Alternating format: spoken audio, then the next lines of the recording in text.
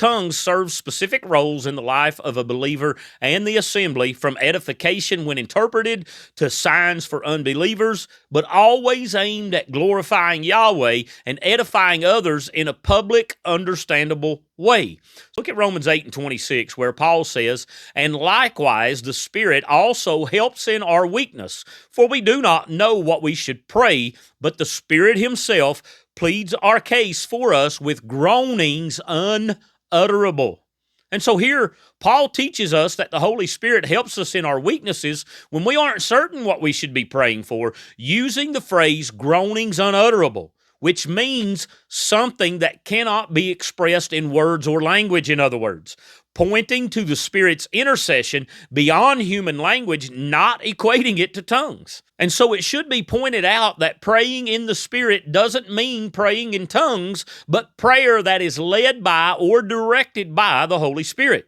So go with me, look at Ephesians 6, verse 18, where Paul says, "Praying at all times with all prayer and supplication in the Spirit, watching in all perseverance and supplication for all the set-apart ones." So in other words, the Spirit can lead and direct us in prayer, especially when we aren't sure what we should be praying for, which can rightfully be called praying in the Spirit in a known, intelligible language. So tongues can witness to outsiders, serving as a supernatural indicator of Yahweh's presence and power, drawing attention to the gospel message. Look at 1 Corinthians 14 and 22, where Paul says, "So then, tongues are for a sign, not to those who believe, but to unbelievers, and prophesying is not for unbelievers, but for those who believe."